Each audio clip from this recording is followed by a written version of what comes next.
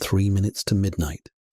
That's what they call it when the world teeters on the edge of annihilation. But on this night, it isn't a metaphor. It's a countdown ticking away inside a mountain. Deep beneath Cheyenne Mountain in Colorado, alarms scream through the corridors of NORAD headquarters. Red lights pulse across rows of computer terminals. On every screen, the same message blinks in cold, mechanical certainty.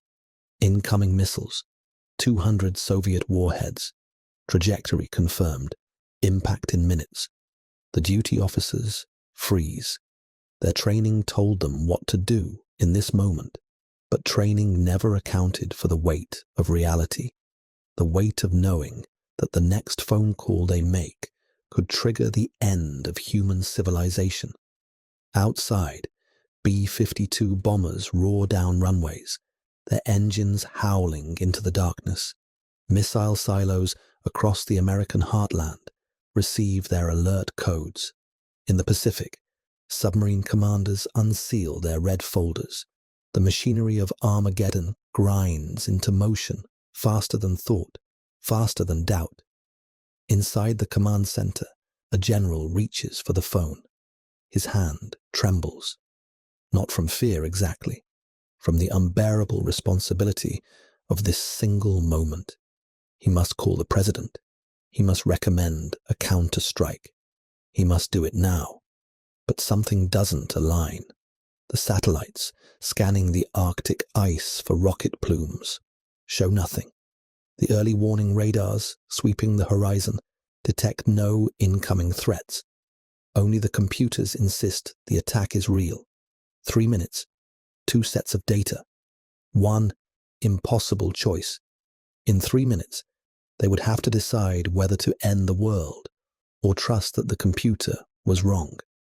To understand how America arrived at this precipice, you have to go back to a world divided by ideology and shadowed by the mushroom cloud, back to the Cold War, that long twilight struggle where peace meant preparation for war and safety meant mutually assured destruction.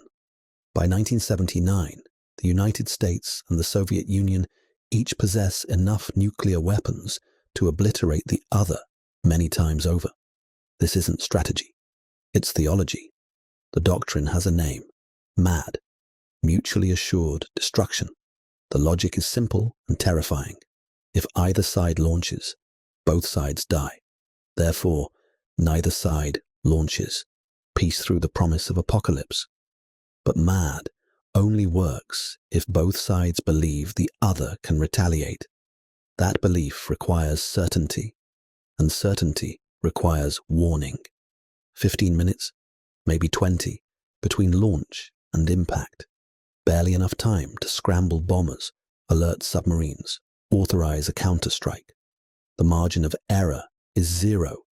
So America builds a network, a web of radar stations circling the Arctic, satellites watching from orbit, computers analyzing millions of data points every second, searching for the signature of attack.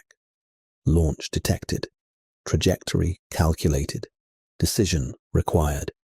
This is the nuclear triad: bombers in the air, missiles in the ground, submarines beneath the waves. 3 ways to ensure that even if the homeland burns, America can still strike back. Deterrence depends on it. Survival depends on it. Everything depends on it.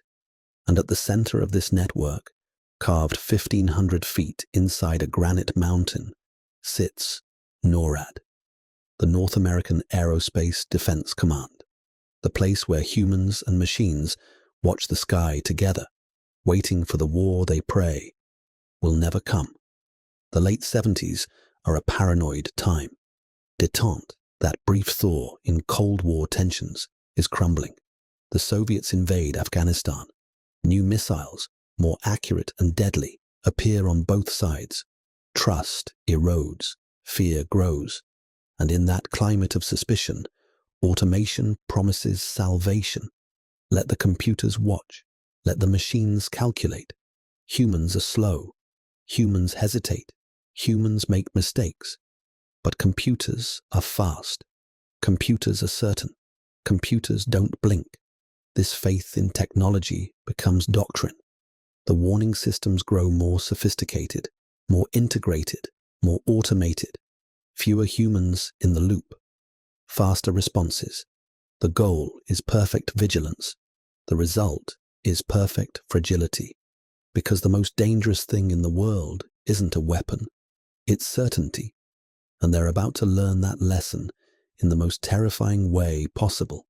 The machine that watches the sky is a marvel, a network of networks spanning continents and oceans, processing reality itself into data. The dew line, the distant early warning system, rings the Arctic Circle with radar stations. They scan the northern horizon constantly, searching for the profile of incoming bombers or missiles. Their signals flow south in milliseconds, feeding into NORAD's mainframes. From space, satellites stare down at the Soviet Union and the seas beyond. Infrared sensors, sensitive enough to detect the heat bloom of a rocket engine from thousands of miles away. The moment a missile lifts off, these silent sentinels see it. They transmit. The computers know. Undersea sensors listen to the ocean depths, tracking Soviet submarines. Surface radars guard the coasts. Every sensor, every station, every satellite feeds information into the central nervous system, the NORAD command center. Inside Cheyenne Mountain, the computers hum. IBM mainframes, state-of-the-art for their time. They don't just collect data, they interpret it, filter out false signals, calculate trajectories, assess threats. And when the calculations reach a certain threshold, they sound the alarm. The system processes thousands of events every day. Birds that look like bombers on radar, meteors that burn like missiles, solar flares that scramble sensors. The computers dismiss them all. They've been trained. They know the difference between noise and annihilation. Except the system is vastly complex. Layers upon layers of software, written by different teams over different years. Millions of lines of code, hardware spanning decades of technology. No single person understands all of it. No single test can verify all of it. The engineers know this. They build in redundancies, cross-checks, human confirmation at every critical step. The computer can sound the alarm, but only humans can authorize the missiles to fly. That's the fail-safe. That's the lock on the door to Armageddon. But here's what nobody fully grasps. The speed of the system has created a new kind of vulnerability. When the alarm sounds, there's no time for investigation, no time for doubt. The doctrine demands immediate response. Launch on warning. Strike before the missiles land. Everything happens in minutes. So the fail-safe becomes theoretical. In practice, when the computer screams attack, the humans must react. Trust the machine. Follow the protocol. Do it now. The perfect machine, designed to save humanity, carries within it the seed of humanity's destruction. Not from malice, not from warfare, but from something far more mundane. A flaw so simple, so ordinary, that no one sees it coming. The people who staff NORAD's command center aren't Hollywood generals barking orders. They're technicians, analysts, duty officers. Most are in their 20s and 30s. They work long shifts in artificial light, watching screens that almost never show anything truly alarming. The duty commanders are seasoned officers, colonels, and lieutenant colonels, mostly. They've trained for this their entire careers. War games, simulations, drills. They know the protocols by heart. Verify the warning, assess the threat, notify the chain of command. The president decides. They execute. But simulation isn't reality. In simulation, you know it's practice.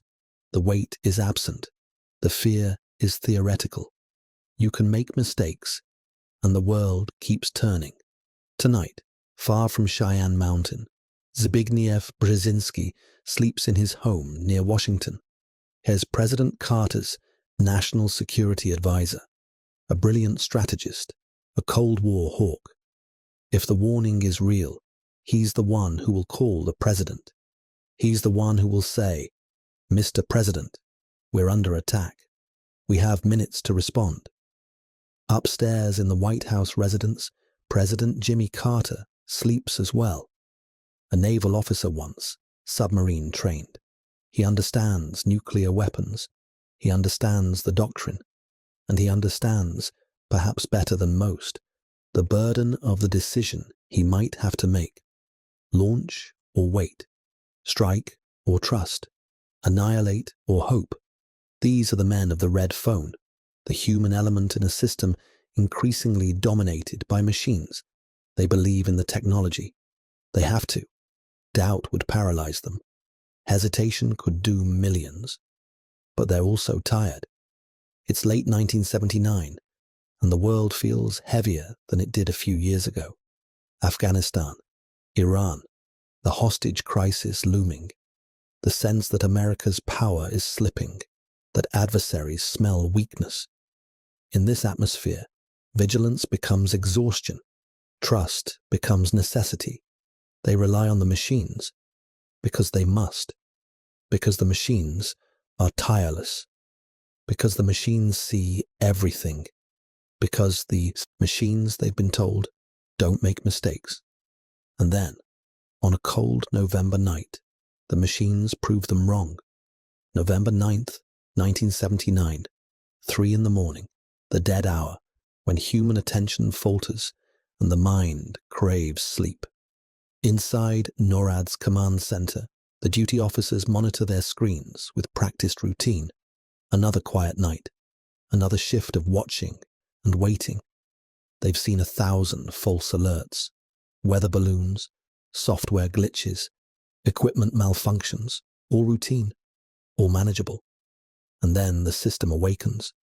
It starts with a single alert, then another, then a cascade. Across the terminals, warnings multiply. The mainframe's interpretation is unambiguous. Multiple Soviet missiles detected, submarine-launched ballistic missiles, rising from beneath the ocean, arcing toward the continental United States.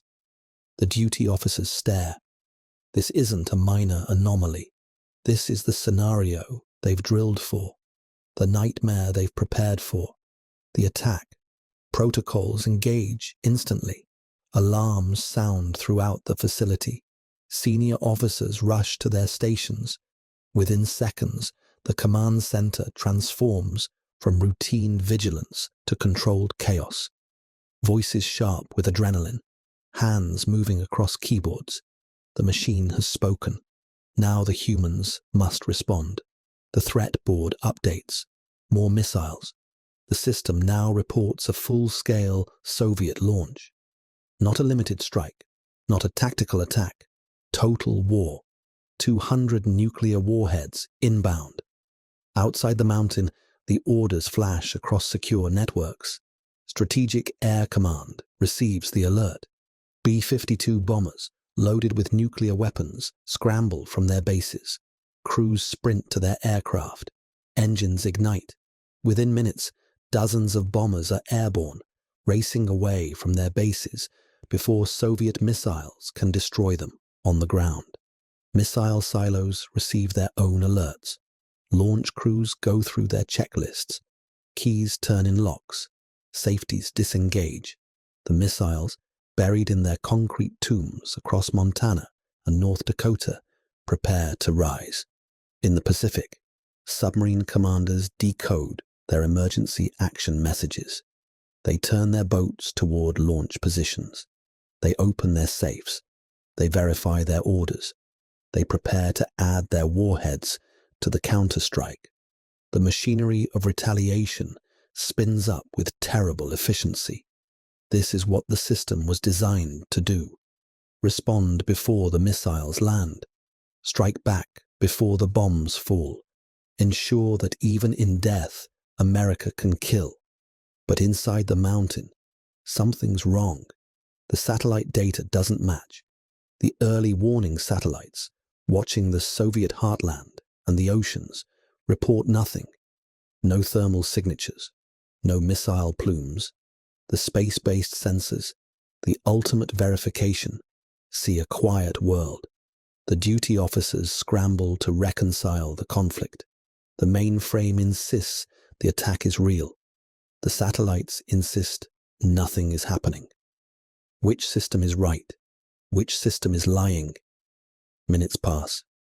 Terrible, pregnant minutes. The bombers circle. The missiles wait. The submarines hold position. And the officers in Cheyenne Mountain frantically work the problem. Additional radar stations report in. They see nothing either. No incoming tracks. No hostile contacts. The northern horizons are clear. Slowly, impossibly, the truth begins to emerge. There is no attack. The Soviet Union hasn't launched. The missiles exist only in the computer's mind. But how? How can the system be so certain, so specific, about an attack that isn't happening? What could cause such a catastrophic false positive? The answer, when they find it, is almost absurd in its simplicity. A training tape, a simulation file, a routine test scenario used to train NORAD personnel. Someone, somewhere in the maze of procedures and protocols, loaded the tape into the wrong system, not into a training computer, isolated and harmless, into the live network, the operational system, the one that watches for real threats. And the mainframe, faithful and literal, processed the simulation as reality. It saw the scripted attack. It calculated the scripted trajectories. It reported the scripted warheads. It did exactly what it was programmed to do.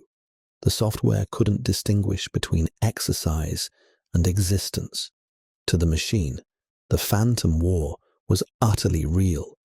And because the humans trusted the machine, they almost made it real. The realization spreads through the command center like ice water through veins. There was no attack. The Soviet Union didn't launch. The world isn't ending. Not tonight. Not from this. But it almost did. Because of a file. Because of a mistake so mundane, so procedural, that it barely qualifies as malice. Someone grabbed the wrong tape, or failed to properly label a system, or skipped a verification step. Normal human error, the kind that happens every day in every workplace. Except here, normal human error came within minutes of triggering global nuclear war. The bombers are recalled, the missiles stand down, the submarines receive their cancellation codes. The machinery of Armageddon grinds to a halt, leaving only the echo of what almost was. Orders go out to investigate. How did this happen? Who's responsible? What failed? The technical inquiry will take weeks, but the immediate cause is clear enough.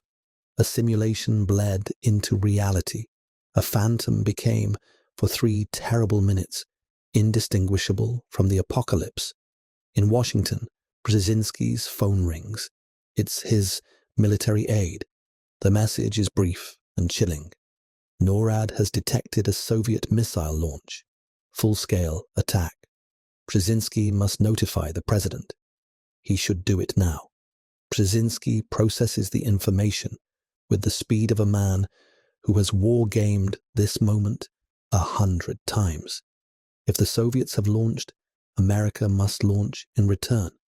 Minutes matter. Hesitation means the destruction of the entire deterrent force. This is the doctrine. This is the logic of MAD. Hez about to pick up the phone to call Carter when his aide calls again. There's been an update. More data coming in. The attack profile has changed. Hold for confirmation. Brzezinski waits. His mind races through scenarios, options, decisions. If this is real, everything changes. If this is real, the world he knows ends in the next hour. The third call comes. False alarm. System error. Stand down. Brzezinski never makes the call to Carter.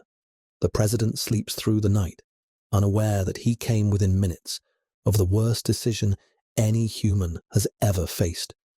Later, when Brzezinski recounts this night, he'll describe a strange calm, the acceptance that came with believing the end had arrived, the clarity of knowing there was nothing left to do but follow protocol and hope. He'll also describe the horror of realization that the system they trusted, the network they built, the technology they relied upon, had nearly killed them all. The command center falls silent. Not the silence of routine, but the silence of shock. Officers sit at their terminals, staring at screens now displaying normal data. Routine tracks, weather systems, the mundane reality of a world that didn't end. Some of them are shaking, not visibly, not enough for anyone to notice. But inside, the adrenaline still floods their systems. The ancient mammalian fear response that evolution built for fleeing predators, now triggered by the realization that they stood at the edge of oblivion. They had stared into the abyss, and the abyss had been a blinking cursor. The investigations begin immediately. Teams of engineers descend on the systems. They trace the signal flow. They examine the software. They interview the operators. How did a training tape enter the operational network? What safeguards failed? Who didn't follow procedure? The answers trickle out over days and weeks. The system architecture, it turns out, wasn't as isolated as everyone believed. Training systems and operational systems shared certain infrastructure. The separation between simulation and reality was more conceptual than physical. A tape in the wrong drive, a switch in the wrong position, a human assumption that proved catastrophically wrong. But the technical details, however important, miss the deeper truth. The system was too complex, too integrated, too fast. The humans couldn't oversee it. They could only react to it. And in the speed of modern warfare, reaction means trust. Trust means faith.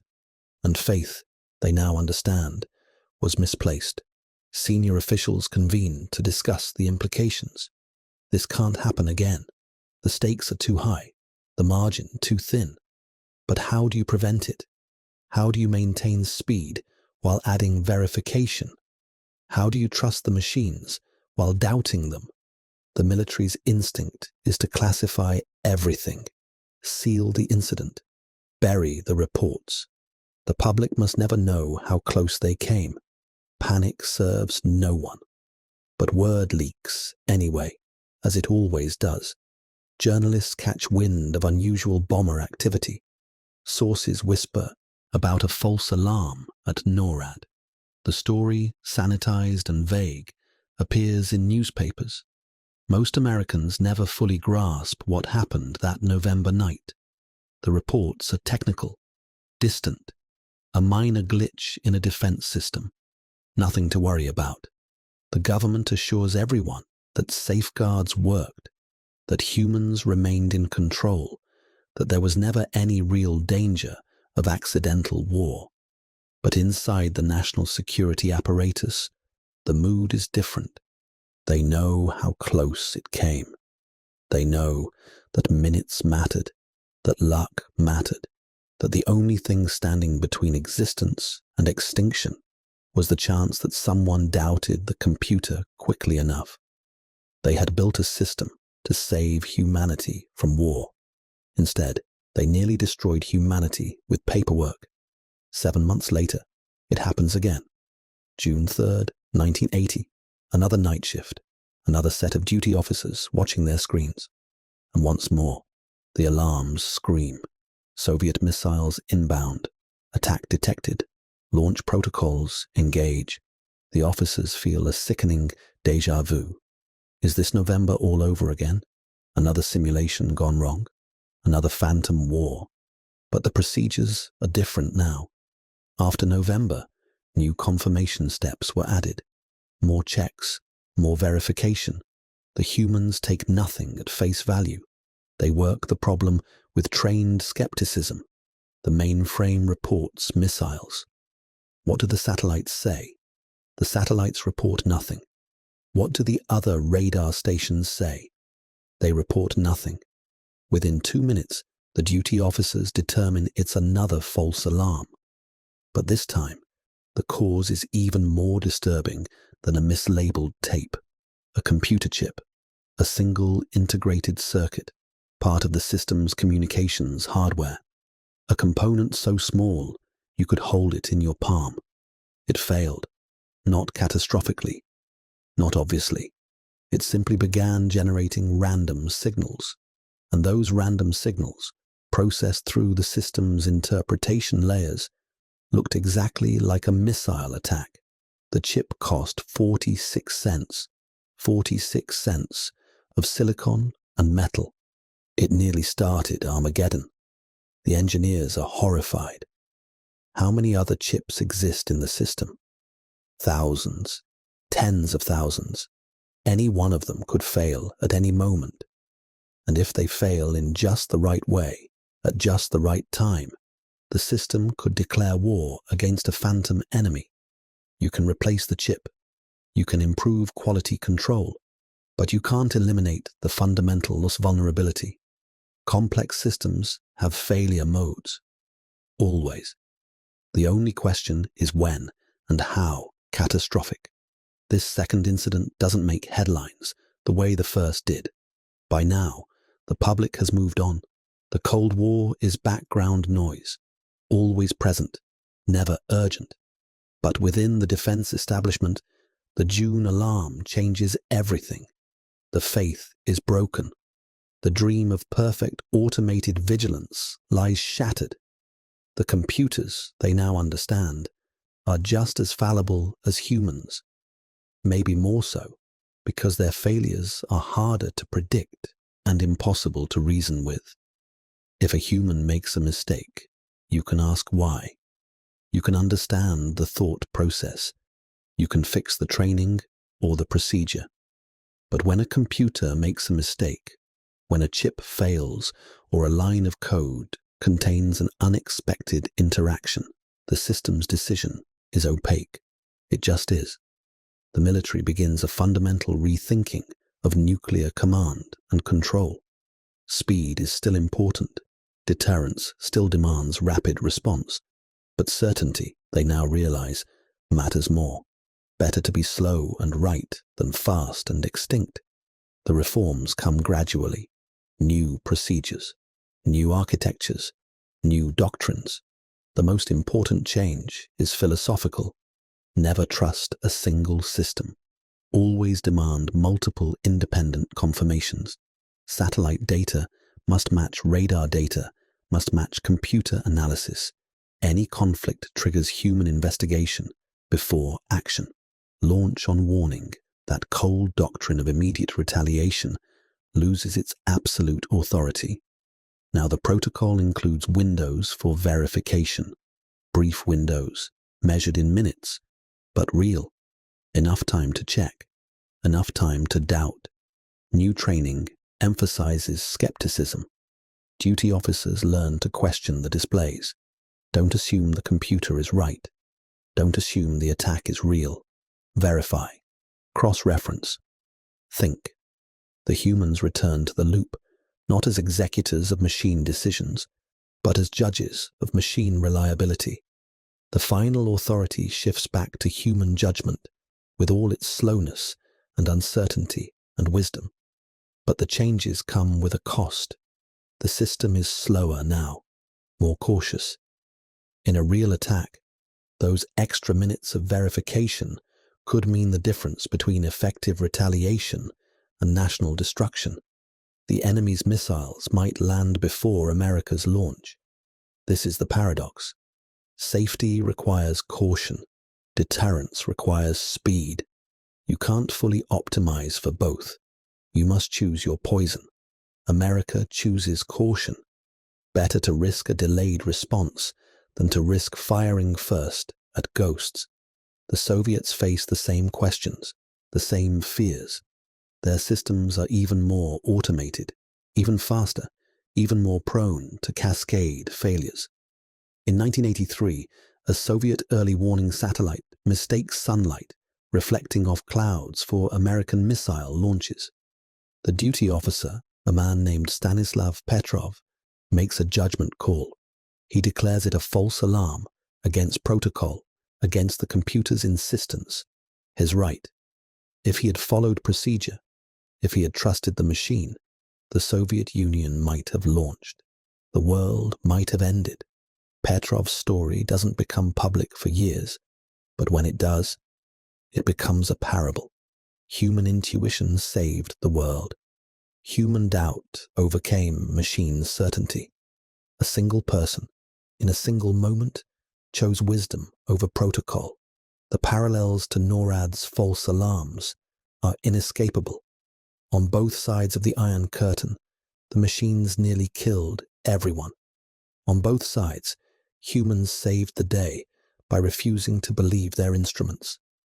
The nuclear powers begin talking quietly about risk reduction, hotlines and verification protocols, transparency measures and confidence building, not because they trust each other, they don't, but because they've learned to distrust their own systems. The great irony of the Cold War emerges. The real threat wasn't the enemy. It was the defense. What does it mean to be certain? What does it cost to trust? These aren't abstract questions.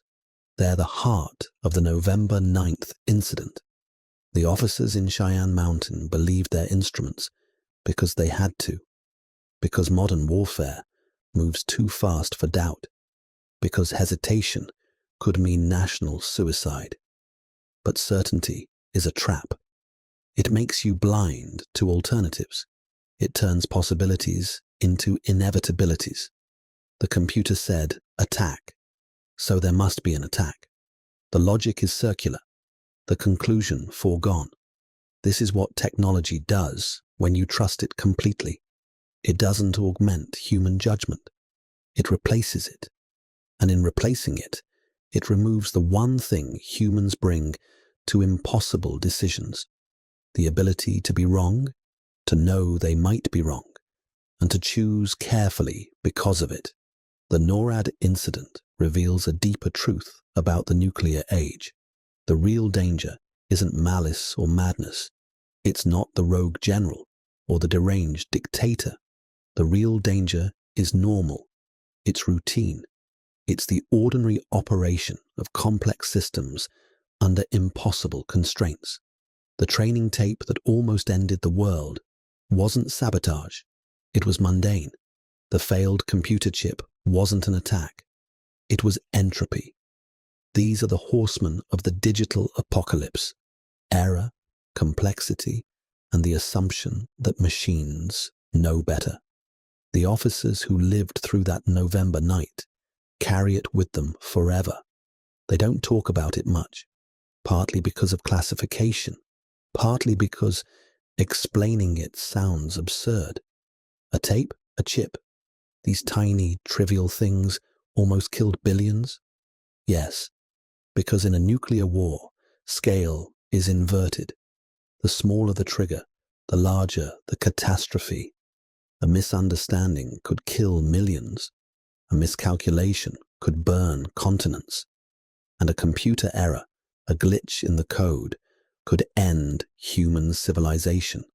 This is the cost of certainty. This is the price of speed.